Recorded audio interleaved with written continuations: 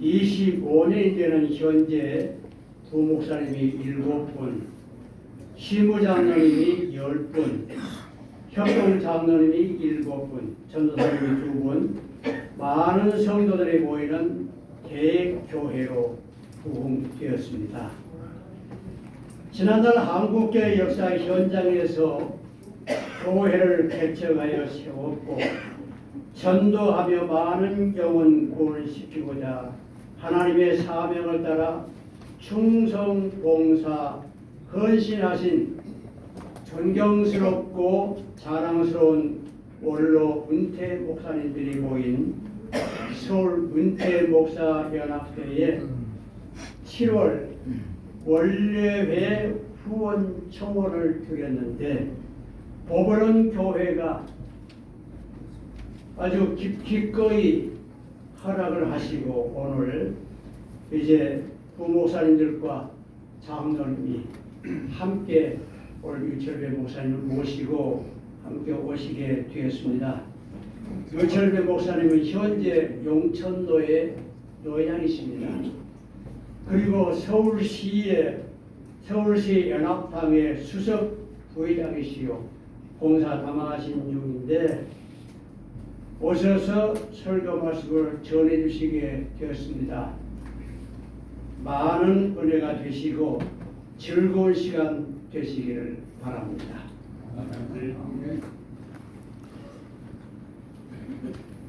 인사드리겠습니다. 유철입니다.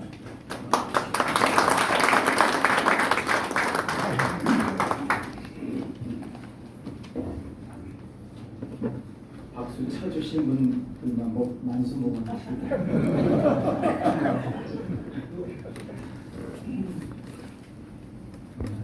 우리 목사님들 중창 해주셨는데 은퇴 목사님들 이렇게 중창을 잘 하시는 찬양팀을 처음 봤습니다. 감사합니다. 저도 영천의 중창 목사 중창단을 활동을 하고 있는데요. 이게 참 연습하기가 좀 쉽지 않습니다. 서로 다 바쁘다 보니까 시간 내기 어려운데 우리 교회 목사님들 찬양 감사드리고요. 또 우리 목사님들에게 뵙고 말씀드릴 수 있는 기회를 허락해 주셔서 감사합니다. 특별히 우리 존경하는 우리 유한기 목사님, 제가 아주 어렸을 때부터 저를 키워주시고 또 늘 멘토처럼 저를 아껴주신 귀한 목사님이신데 저를 이 자리에 세워주셔서 감사드립니다.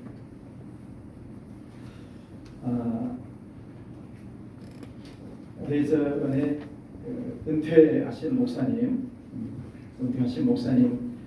설교를 듣게 됐는데요. 그 목사님께서 설교를 하시다가 껄껄껄 하시는 말씀을 들었습니다. 그 말씀을 들으면서 저도 언젠가는 은퇴하는 날이 올 텐데 이 자리에 서서 껄껄껄 하지 않았으면 좋겠다 하는 생각이 들었습니다.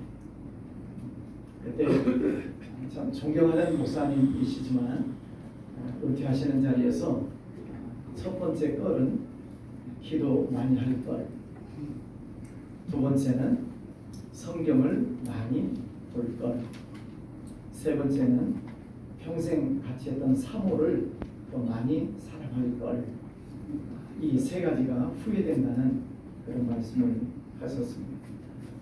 그 말씀을 듣는 순간에 내가 저 자리에 섰을 때는 저 세 가지는 후회하지 말아야 되겠다 생각을 하고 그때부터 다짐을 하고 지금은 이제 교회에서 새벽기도 하는 날은 3시간 간단히 엎드려서 기도하려고 애를 쓰고 있습니다.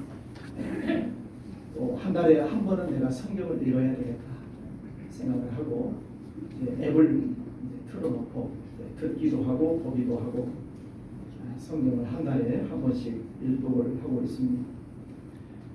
7월달 들어서 오늘 지금 신명기까지 읽고 왔습니다.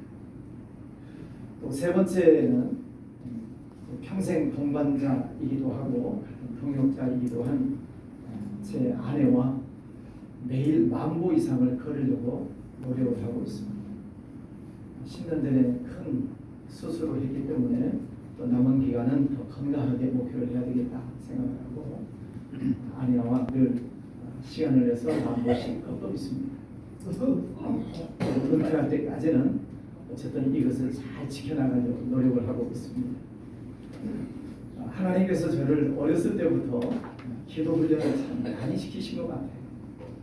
저희 부친께서는 유교 학자셨습니다. 향교 지방의 전교를 지내시고 제사에 대해서는 FM처럼 철저하게 지내셨던 그 아버지 슬하에서 혼자 교회를 다니기 시작했고 또 어머니가 웬일이신지 교회도 안 다니시는 어머니께서 저를 깨워주셔서 중학교 1학년 때부터 고등학교 3학년 때까지 새벽 기도를 다니게 됐습니다. 나중에 신학생이 되고 목회를 하면서 어머니를 여쭤봤습니다.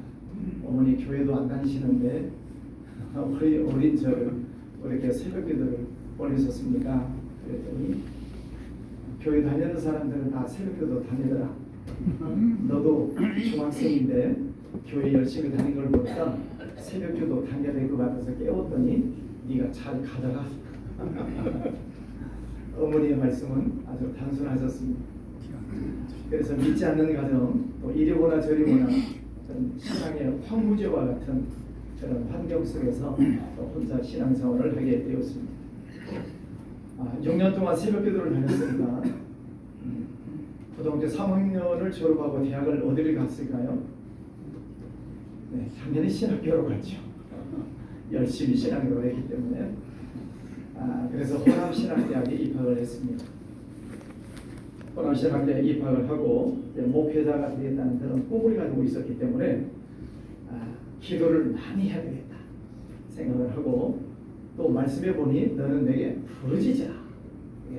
조용히 묵상해라 하는 말씀이 아니고 부르짖으라 말씀을 하셔서 신학교 1학년 때 방학 때가 되면 광주에서 오사리 기도원까지 찾아다니면서 일주일씩 금식 기도를 하게 되었습니다.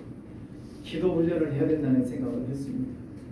그러던 어느 날 기도울 속에 들어가서 캄캄한 밤에 기도를 하는데 갑자기 머리끝이 쫙 서는 것입니다. 무서운 기운이 몰려오는 것입니다. 그리고 캄캄한 불 속에서 기도를 하는데 얼마나 무섭습니까? 더 큰 소리로 부르짖어 기도를 하는데 그 새까만 놈이 저를 뒤에서 확 덮쳤습니다. 그게 현상인지 느낌인지는 잘 모르겠어요. 그러나 어쨌든 그런 영적 시험을 하고 기도하는 삶이 있었습니다. 군대를 갔다가 다시 장신대 학부로 다시 들어갔습니다. 장신대 학부를 다니면서는 제가 서울도의 홍익교회 교육전도사로 있었습니다. 김태복 목사님 모시고 제가 섬겼습니다. 그때는 또 삼각산 기도를 또 열심히 다녔습니다. 삼각산 기도에 올라가서 또 부르짖어 기도하는 그런 시간들을 갖게 되었습니다. 한 3년 다니고 보니까 기도에 능력이 들어오는 것 같은 착각이 드는 것입니다. 믿음이 있으면 산도 바다에 던진다고 해도 산에 옮겨간다는 그런 말씀처럼 그런 믿음이 막 제 속에 들어오는 것입니다. 그래서 한번 시험을 해봐야 되겠다. 3년 동안 삼각산 기도원 다니면서 부르짖어 기도하고 또 믿음이 충만하게 됐는데 도대체 이 믿음의 크기가 어느 정도인지 시험을 해봐야 되겠다 생각을 하고 앞에 있는 바위를 놓고 바위가 날아가라고 외치기 시작했습니다. 진짜 그 믿음이 있었습니다. 부르짖어 기도하면 저 바위가 날아갈 것이다. 그런 믿음이 생겼습니다. 그래서 예수의 바위는 날아갈지 않아. 날아갔을까요? 안 날아갔을까요? 날아갔습니다. 우리 참 존경하는 우리 목사님들 믿음이 좋으신 목사님들이시니까 제가 여쭤보겠습니다. 날아갔다. 날아갔다. 안 날아갔다. 안 날아갔다. 손을 안 대신 분들은 바쁘다. 빨리 끝내라. 지금 안 날아갔습니다. 바위가 그대로 있는 것입니다. 그 순간에 얼마나 실망이 되는지요. 너무너무 낙심이 되고 실망이 되고 제가 3년 동안 삼각산 올라와서 부르짖어 기도한 그 모든 기도가 비눗방울 터지듯이 팍 터져버리는 거예요. 도대체 믿음이란 뭐냐, 기도란 뭐냐, 너무너무 실망되고 낙심되는 것입니다. 하나님 앞에 하소연을 했죠. 하나님, 도대체 제 믿음이라고 하는 것이 무엇입니까? 3년 동안 싸웠던 이 기도의 능력이 도대체 아무것도 아닌 것을 깨달았습니다. 하나님 너무하십니다. 하나님을 향해서 원망하는 그런 기도를 했습니다. 기도가 끝나서 이제 멍청하니 가만히 이제 앉아 있는데 하나님께서 제 머릿속에 그런 말씀을 주셔요. 유철배, 네, 너 교주 될래? 그 말씀을 이렇게 딱 머릿속에 주셨는데 그 말씀이 이렇게 쫙 풀어지는 거예요. 만약에 제가 기도를 해서 바위가 날아갔다, 뭐 산이 날아갔다, 기도했더니 질병이 고침받았다, 그러면 아마 신학생이 신학교 안 다녔을 거예요. 왜냐하면 기도하면 다 되는데 신학교 다니가 뭐 하겠습니까? 기도하면 되는데 아마 그런 일들이 생겼더라면 아마 신학교 다니는 거 포기하고 어디 기도원 차리고 교주 노릇 했지 않았을까 생각이 듭니다. 그러면서 또 깨닫게 해주시는 말씀이 뭐였냐면 내가 언제 너더러 바위를 날리는 기도를 하라고 했느냐, 그런 말씀이었습니다.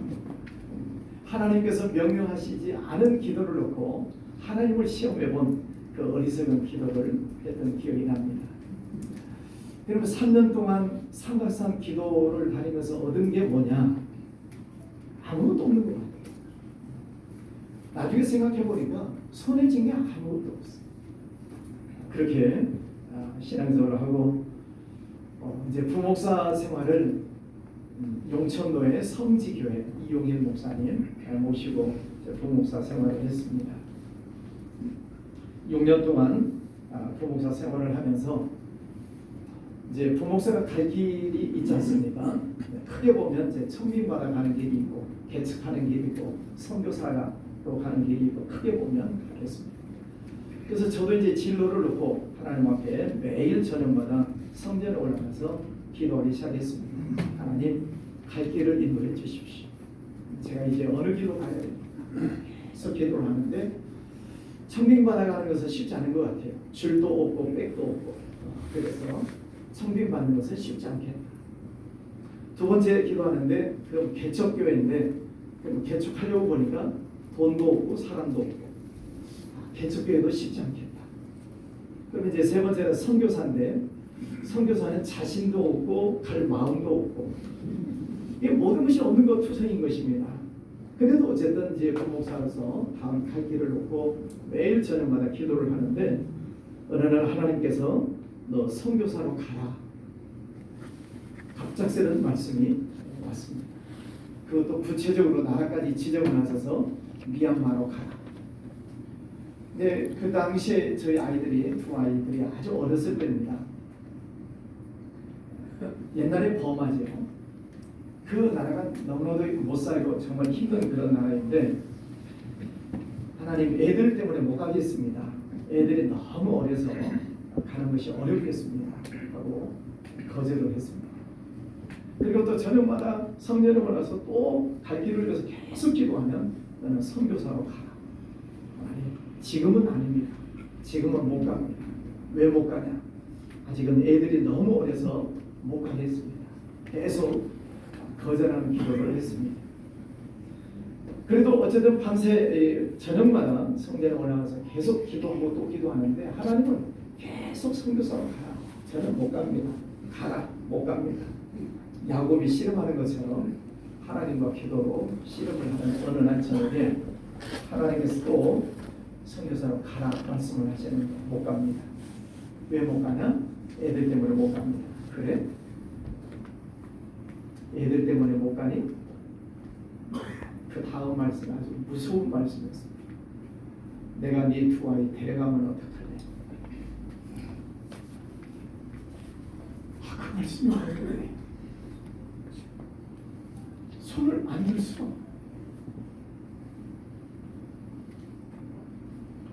내가 네 두 아이 데려가면 어떡해? 근데 그 말씀을 듣는 순간에 얼마나 눈물이 나는지. 하나님 가겠습니다. 한국을 해서 하나님 성수로 가겠습니다.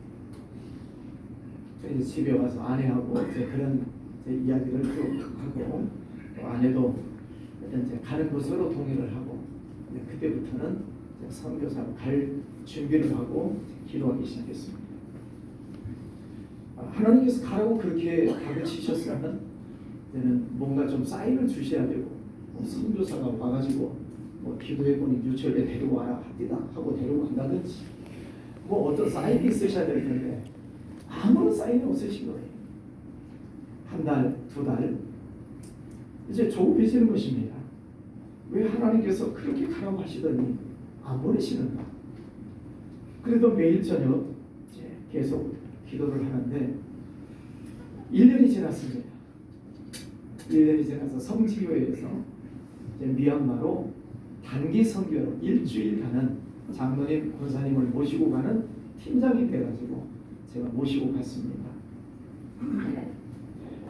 첫날 저녁에 호텔에 가서 무릎을 꿇고 기도했죠. 묘하잖아요. 1년 전에 미얀마로 가라. 못 갑니다. 가라. 예. 하고 대답을 했는데 선교사로는 안 보내시고 일주일짜리 단기 선교팀으로 미얀마를 오게 하시는 것이죠. 그래서 이상한 해석이 안 되기 때문에 호텔 옆에 침대 옆에 무릎을 꿇고 기도했습니다. 하나님 왜 1년 전 이리이리 저리저리 해서 했는데 왜 하나님 저를 선교사로 안 보내시고 일주일짜리 구경만 하고 가게 하십니까? 그때 하나님께서 말씀해 주셨습니다. 내가 너를 시험해 봤다. 네가 내 말에 순종하는지 순종하지 않는지를 시험해 봤다. 너는 앞으로 더 큰 선교를 하게 될 것이다. 그런 말씀을 받았습니다. 그리고 나서 이제 제가 개척을 나오게 됐습니다. 25년 전 일입니다. 개척을 나와서 40평짜리 상가 한 이만하겠습니다. 이만한 상가를 임대를 해서 개척교회를 시작하는데 개척교회 시작할 때부터 선교사님 후원을 하기 시작을 했습니다. 그리고 지금도 열심히 선교를 하고 있는데 어쨌든 하나님께서 개척하기 전에 선교해라 하는 그런 명령을 주셨기 때문에 이제 25년이 지난 지금은 선교사님들 약 30가정 후원을 하고 있습니다. 또 국내로는 27곳 국내 교회와 또 어려운 지역들을 섬기고 있습니다. 하나님께서 25년 동안 지켜주시고 또 축복해 주신 그 은혜가 얼마나 감사한지 기도할 때 하나님께서 응답해 주시고 또 축복해 주셨다는 것들을 기억합니다. 개척하고 좀 제가 목사님들 자랑하겠습니다. 제 자랑을 좀 하겠습니다. 용서하고 들어주십시오. 1998년 1월 달에 제가 개척을 시작했습니다. 가족 4명이 돗자리 깔고 앉아서 첫 예배를 드렸습니다. 그리고 12월 달 주보를 받습니다. 그러니까 한 11개월쯤 됐습니다. 주보를 받는데 거기에 출석이 161명이었습니다. 재정은 한 200명 정도 됐죠. 그래서 1년 만에 한 200명으로 성공을 했습니다. 그래서 이제 40평 가지고서는 도저히 안 되기 때문에 좀 더 넓은 평수 100평짜리로 옮깁시다 하고 집사님들하고 회의를 했는데 집사님들이 다 반대하셨습니다. 목사님 지금 IMF 때입니다. 지금 경제적으로 다 힘들고 어려운데 목사님 너무 욕심 부리십니다. 그래서 저는 옮겨야 된다. 집사님들은 안 됩니다. 갈등이 생겼습니다. 그래도 교회는 그릇이 커야 된다는 생각으로 하고 제가 빚을 다 얻어가지고 교회를 옮겼습니다. 크고 좋은 곳으로 옮기긴 했는데 반대했던 분들이 다 떠나기 시작했습니다. 뿔뿔이 흩어지고 이사를 가기 시작하고 200명쯤 재덕수가 200명인데 절반으로 뚝 떨어졌습니다. 그 과정 속에서 제 마음속에 충격이 들어오고 너무 힘들었습니다. 그게 나중에 생각해 보니까 우울증이었습니다. 너무너무 힘들고 어렵고 우울증이 들어오게 되니까 잠도 안 오고 밥맛도 떨어지고 의욕도 상실되고 모든 만사가 귀찮아지는 것입니다. 그렇게 3개월 이상을 지나가는데 제 마음속에서는 목회를 그만둬야 되겠다. 이대로는 더 버틸 수 없다 하는 생각을 하고 목회를 그만둬야지 생각을 하게 되었습니다. 근데 어느 날 또 하나님께서 제 머릿속에 갑자기 또 한마디가 지나가게 됩니다. 내가 너를 믿고 교회를 맡겼는데 너 왜 이러고 있느냐? 라고 하는 하나님의 음성이 들립니다. 그래서 교회로 뛰어가서 강단에 엎드렸는데 얼마나 눈물이 나는지요. 하나님께서 내가 너를 믿고 교회를 맡겼다는 그 말씀이 저를 울리는 것입니다. 하나님은 나를 믿어주셨는데 내가 목회를 실패했구나. 잘못했구나.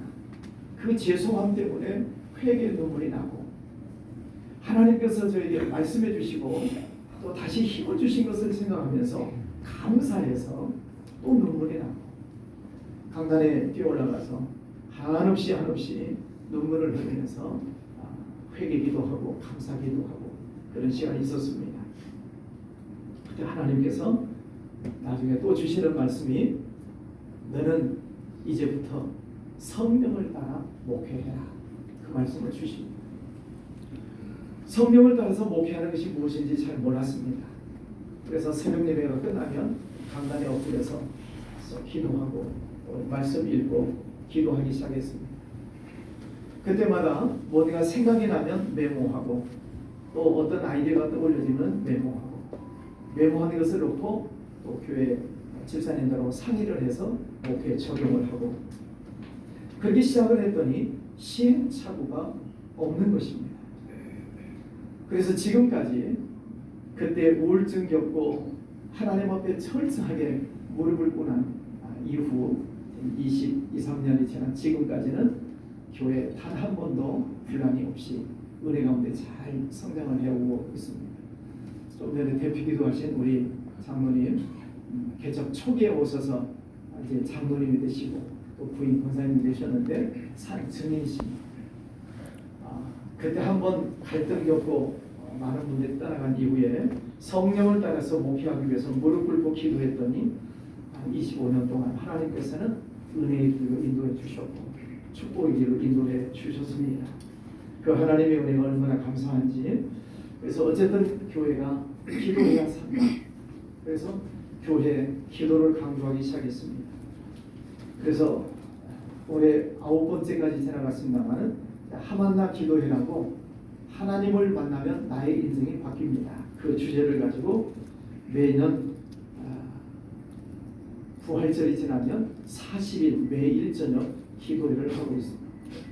매일 저녁 40일 동안 부흥집회를 합니다.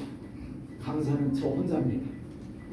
저는 기도원을 경험을 해본 목사이기 때문에 기도원 분위기처럼 박수치고 큰 소리로 부르짖어 말씀을 외치고 끝나고 나면 또 통성기도하고 지금 한국 교회가 통성기도가 점점 죽어가고 있어서 어쨌든 우리 교회만이라도 통성기도가 살아야 되겠다 그런 생각을 하고 이제 매년 40일씩 하만나 기도회를 하고 있습니다. 그 시간들을 통해서 하나님께서 많은 은혜를 주시고 또 축복해 주시고 또 많은 기적이 일어나게 하시고 하나님께서 영광을 많이 받아주시고 계십니다. 제가 지금까지 목회해 오면서 가장 저에게 큰 힘이 되고 기둥처럼 여겨지는 말씀은 오늘 본문의 말씀입니다. 너는 내게 부르짖으라. 그러면 내가 네게 응답하겠고 네가 알지 못하는 크고 은밀한 일을 네게 보이리라. 그래서 저는 지금도 부르짖어 기도합니다. 부르짖어 기도하고 저만 하면 안 되니까 교인들도 같이 부르짖어 기도합시다. 통성 기도합시다. 방언 기도합시다. 기도로 원활체가하고 있습니다. 이제 25년이 되고 이제 5년 후면은 30주년 준비 위원들을 조직을 했습니다. 그래서 30주년 때 무엇을 할 것인가? 개척교회를 크게 세우고 또 선교지에 선교센터를 세우고 또 지역사회를 어떻게 선교적 교회로 갈 것인가? 지역사회를 섬기기 위해서 구체적으로 준비를 해가고 있습니다. 하나님께서 기도하고 엎드릴 때마다 지혜를 주시고 또 아이디어를 주셔서 지금까지 해오고 있습니다. 하나님의 은혜가 아니면 할 수 없는 일들이죠. 그래서 이 모든 일들을 다 말씀드리면서 마지막 결론은 오직 하나님의 은혜입니다. 하나님께서 하셨고 또 앞으로도 하나님께서 하시리지. 저는 순종하며 따라가는 것밖에 없습니다. 이미 그 길을 가신 우리 존경하는 우리 선배 목사님들 앞에서 감히 어린 종님 말씀을 드렸습니다. 유철민 목사가 개척해서 저렇게 왔구나 하는 것으로 이해해 주시고 또 생각날 때마다 기도해 주시면 남은 기간까지 열심히 목회하겠습니다. 감사합니다. 기도하겠습니다. 거룩하신 아버지 하나님 감사합니다. 귀한 시간 날아가여 주셔서 우리 존경하는 목사님들 모시고 함께 말씀을 나눴습니다. 너는 내게 부르짖으라 내가 네게 응답하겠고 네가 알기보다는 크고 은밀한 일을 네게 보이리라 말씀해 주셨습니다. 그 말씀을 붙들고 지금까지 달려올 수 있도록 인도해 주셔서 감사합니다. 아버지 하나님 오늘 함께 예배하는 모든 우리 목사님들 건강하게 하시고 성령 충만하게 하여 주시옵시고 또 주님 앞에 엎드려 기도하시는 교회를 위해서 또 나라를 위해서 세계 선교를 위해서 부르짖어 기도하시는 이 모든 기도를 들어주시고 응답하여 주시옵소서. 예수님 이름으로 기도하였습니다. 아멘.